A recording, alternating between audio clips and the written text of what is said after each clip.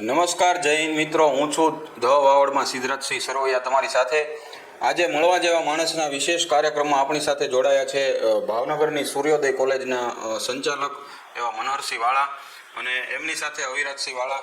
તો આજે આપણે આજનો વિડીયો છે, આજનો જે આપણો આજે આખો નવો કોન્સેપ્ટ લઈને આવ્યા છીએ, એમાં આપણે મુખ્ય સબ્જેક્ટ રહેશે કે વિદ્યાર્થી જ્યારે માસ્ટર પૂરું કરતો હોય છે અથવા તો બેચલર પૂરું કરતો હોય છે અથવા તો ધોરણ 12ની એક્ઝામ આપી અને એ હંમેશા મૂંઝવણમાં રહેતો હોય છે કે હવે એમને શું અભ્યાસ કરવો જોઈએ.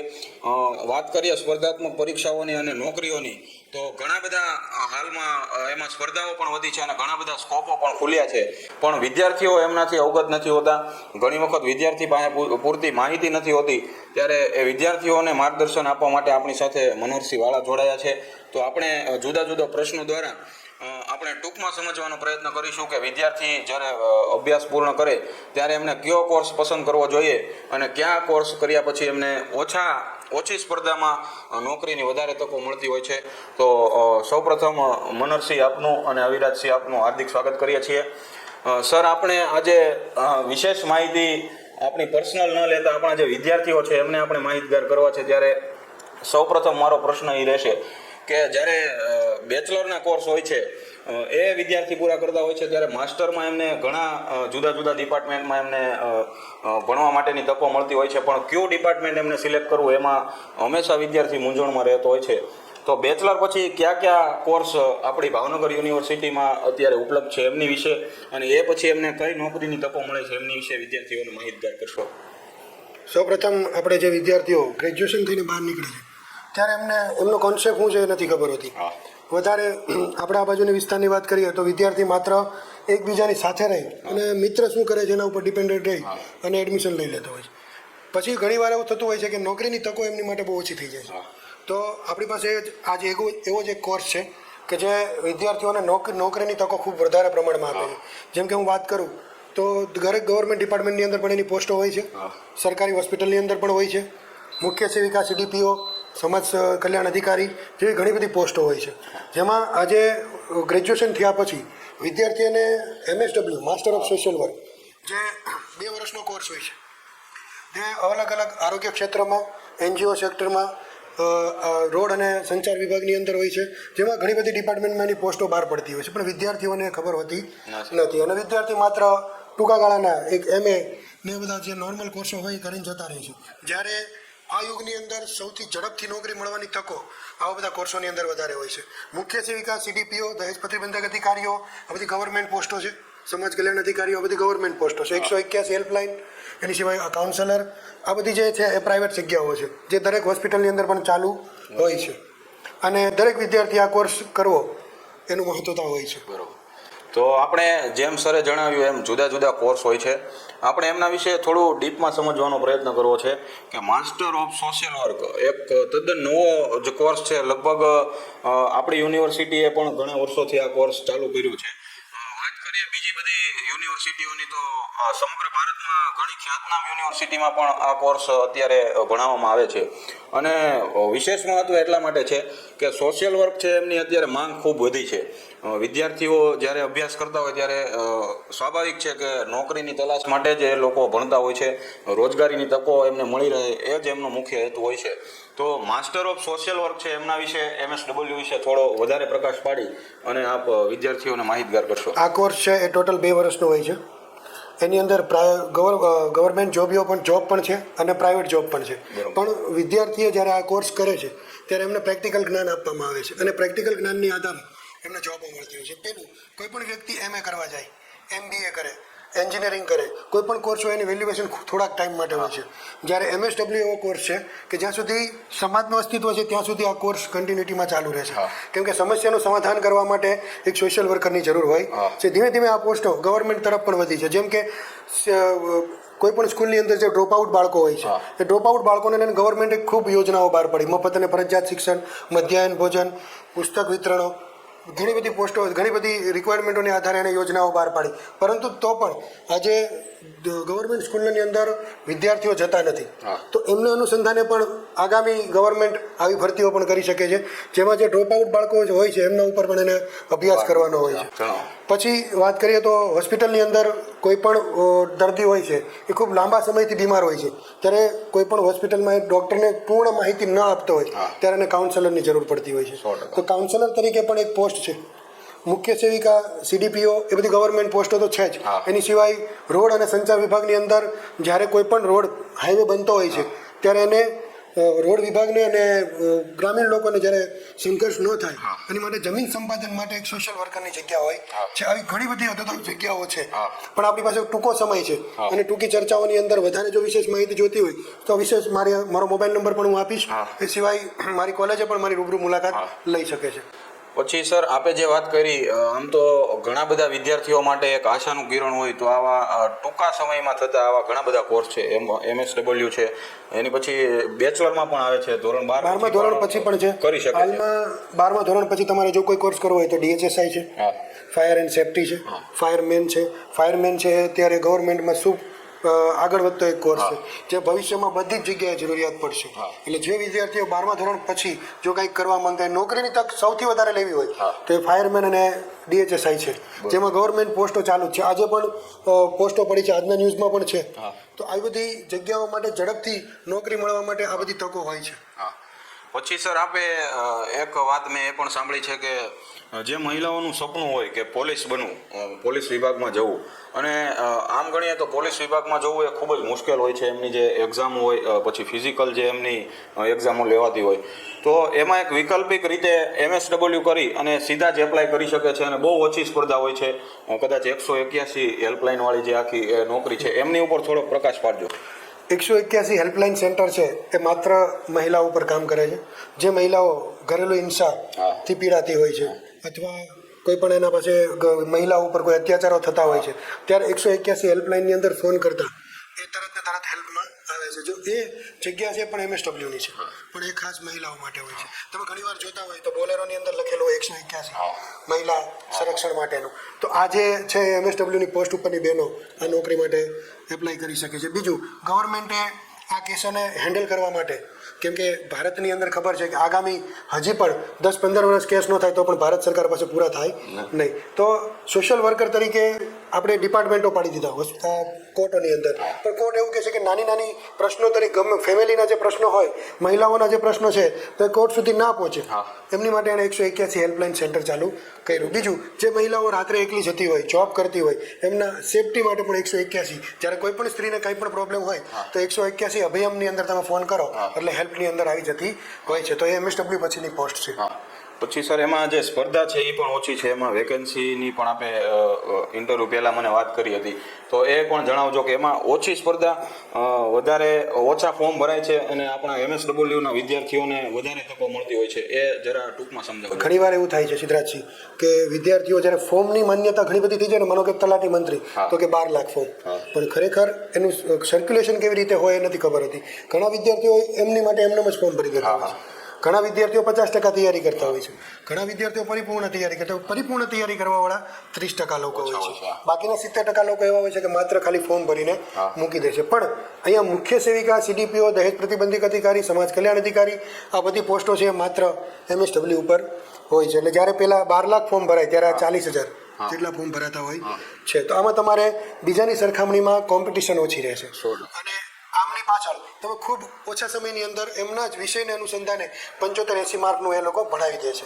જેમાં આપણે પણ એક કોર્સ, એક સંસ્થા સાથે જોડાયેલા છીએ, બરાબર, સ્માર્ટ એજ્યુકેશન, જે આ વિદ્યાર્થીઓને માહિતી પૂરી પાડે છે. અને જે વિદ્યાર્થીઓ આપણા અંડરની અંદર આવતા હોય છે એ વિદ્યાર્થીઓને સ્માર્ટ એજ્યુકેશન સ્પેશિયલ ડિસ્કાઉન્ટ આપી અને એજ્યુકેશન આપે છે. બરોબર.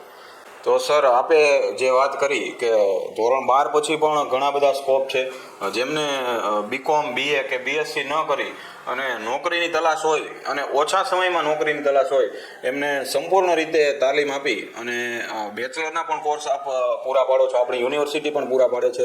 સાથે સાથે જેમણે બેચલર કદાચ માની લ્યો કે આર્ટ્સમાં કે કોમર્સમાં કે સાયન્સમાં કર્યું હોય અને એમને પછી એમ થાય કે નહીં, હવે મારે માસ્ટર સોશિયલ વર્કમાં કરવું છે, તો એ પણ આપણી ભાવનગરની મહારાજા કૃષ્ણકુમારસિંહજી યુનિવર્સિટીમાં અત્યારે કોર્સ ઉપલબ્ધ છે. ત્યારે આપણે આ બધા વિષયો ઉપર વાત કરી.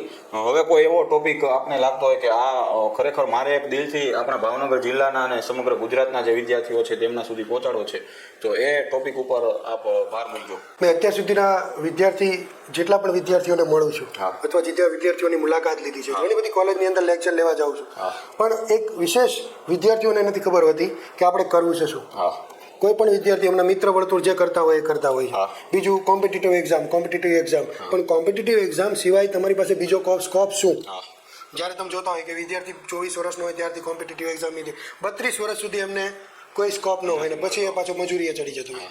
તો એવો કોર્સ પણ હોવો જોઈએ કે જેનાથી આપણે જ્યારે ગવર્મેન્ટની તૈયારી કરતા હોય અને સફળતા ન મળે તો પાછી આપણી પાસે આવકનો સોર્સ હોવો જોઈએ. તો આવા કોર્સો કરવાથી વિદ્યાર્થીઓને નોકરીની તકો વધતી હોય છે. જ્યારે તમે ગવર્મેન્ટની તૈયારી કરો છો, સારું કહેવાય કે ગવર્મેન્ટની તૈયારી કરો છો, એમાં તમને 100% સફળતા મળે.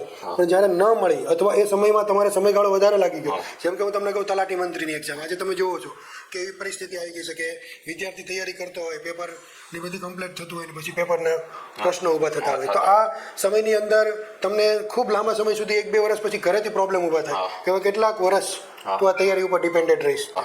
તો દરેક વિદ્યાર્થીને એક અહીંયા તમારા માધ્યમથી એક સૂચન આપું છું કે તમે દરેક વિદ્યાર્થી એવો કોઈ કોર્સ કરો કે જેથી તમને નોકરીની તકો વધારે મળે. આજના યુગમાં દરેક વિદ્યાર્થી, અમારી પાસે એવા પણ કેસ આવે છે સિદ્ધરાજજી, MA કરેલું છે સાહેબ, મેં B.Ed કરેલું છે, મેં MA કરેલું છે અને પાછા MSW કરવા આવે છે.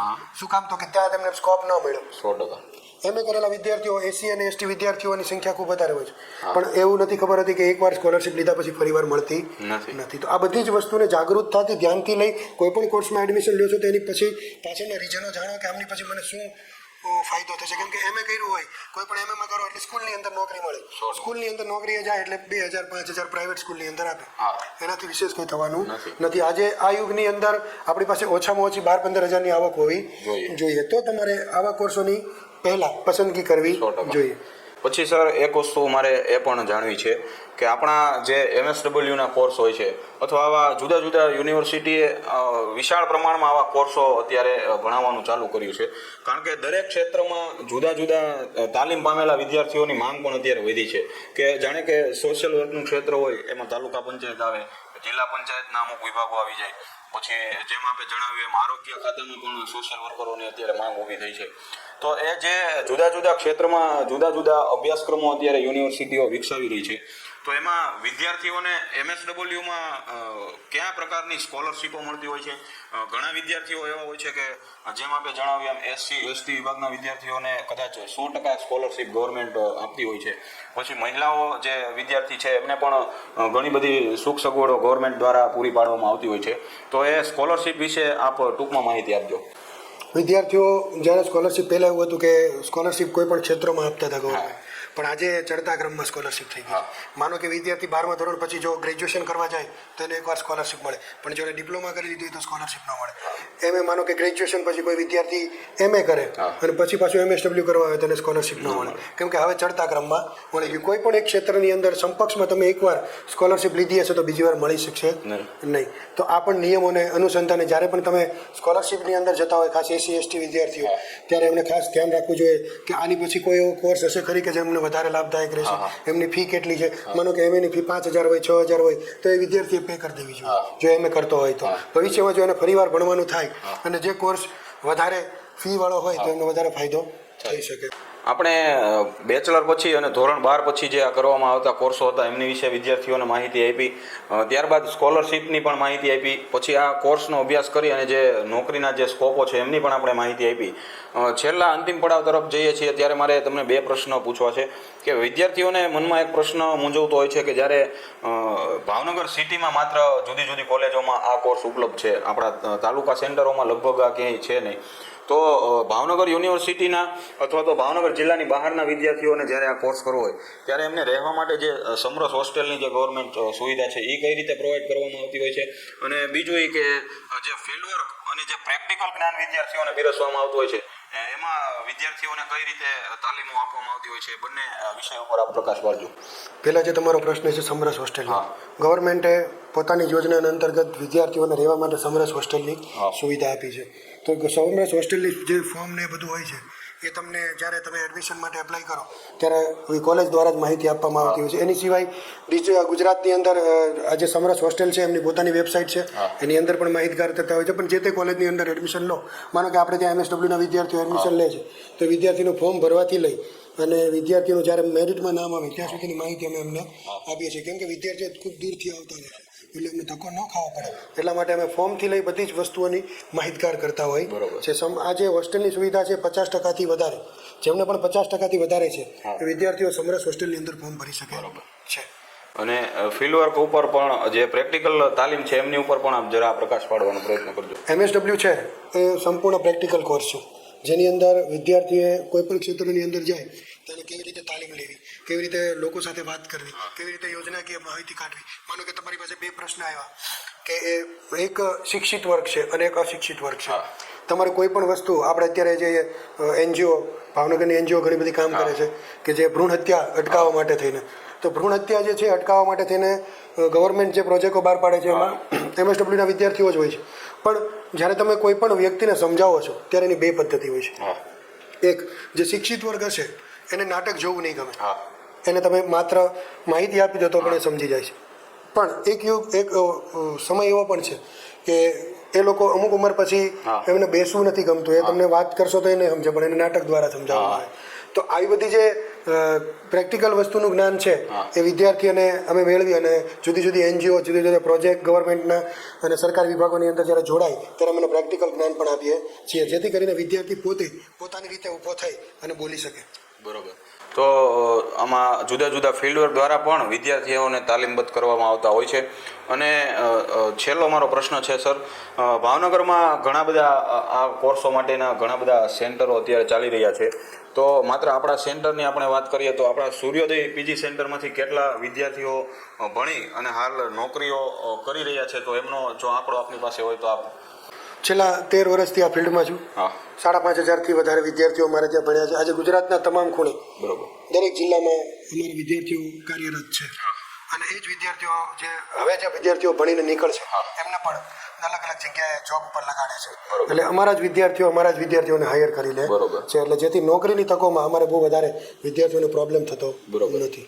બીજું તમને કહું કે ફાયર સેફટીની અંદર પણ અત્યારે 14 જેટલા વિદ્યાર્થીઓને રિલાયન્સ કંપની હાયર કર્યા છે તાલીમ માટે, અને પછી ભવિષ્યમાં એ પાછા એ જ કંપનીની અંદર લાગશે. બરોબર. તો આવી રીતે તાલીમો પણ અમે અપાવીએ છીએ વિદ્યાર્થીઓને. અને જ્યારે આમાં 2 સેમેસ્ટરની 3જા અને 4થાની અંદર એક મહિનાનું પ્લેસમેન્ટ હોય છે, એના ઉપર વિદ્યાર્થીઓને નોકરીની પ્રોવાઇડિંગ નક્કી થતી હોય છે. તો આ હતા આજે આપણા વિશેષ કાર્યક્રમમાં જોડાયેલા મનહરસિંહ વાળા અને અવિરાજસિંહ વાળા. સર, આપણે જ્યારે વિદ્યાર્થીઓને સંવાદ દ્વારા તો એમણે આપણે ઘણી માહિતી આપી છે, પણ સમયની અનુકૂળતાએ પૂરતી માહિતી કદાચ અમુક પ્રશ્નો રહી પણ ગયા હોય તો વિદ્યાર્થીઓને આપનો સંપર્ક કરવો હોય અથવા તો કાંઈ ગાઈડલાઈન જોતી હોય તો એ સંપર્ક સૂત્ર અને આપનું સરનામું વિદ્યાર્થીઓ સુધી પહોંચાડજો. મારો મોબાઈલ નંબર છે 8053-0202. કોઈ પણ વિદ્યાર્થીને ગમે ત્યારે પ્રશ્ન હોય, કોઈ પણ અનુલક્ષીને, માત્ર આ એક નહીં પણ કોઈ પણ પ્રશ્નને અનુલક્ષીને એમને પ્રોબ્લેમ હોય તો મને ફોન કરી શકે છે, એને યોગ્ય માહિતગાર કરીશ. આપણું જે કેમ્પસ છે નીલમબાગ સર્કલની અંદર આવેલું છે, સિસ્ટર નિવેદિતા વિદ્યાલય સૂર્યોદય કોલેજ. પણ વિદ્યાર્થીએ જ્યારે પણ આવે, કેમ કે મારે ઓલમોસ્ટ બહાર વધારે રહેવાનું હોય છે, એટલે વિદ્યાર્થી જ્યારે પણ આવે ત્યારે મોબાઈલથી ફોન કરીને આવે, જેથી એમની સાથે મુલાકાત થઈ શકે. તો આ હતા આપણી સાથે જોડાયેલા માર્ગદર્શકશ્રીઓ કે ધોરણ 12 પછી આપણે શું કરવું, બેચલર પછી આપણે શું કરવું અને માસ્ટર પછી નોકરીના કયા સ્કોપ હોય છે, એ તમામ માહિતી ઉપર આપણે આજે વાત કરી. હજુ આવા ને આવા માહિતી સાથેના વિડીયો, મનોરંજન સાથેના વિડીયો, જુદા જુદા વ્યક્તિ વિશેષ સાથે મળવા જેવા માણસના કાર્યક્રમમાં જોવા માટે અમારી સાથે જોડાયેલા રહેજો, માત્ર ને માત્ર ધ વાવડ પર.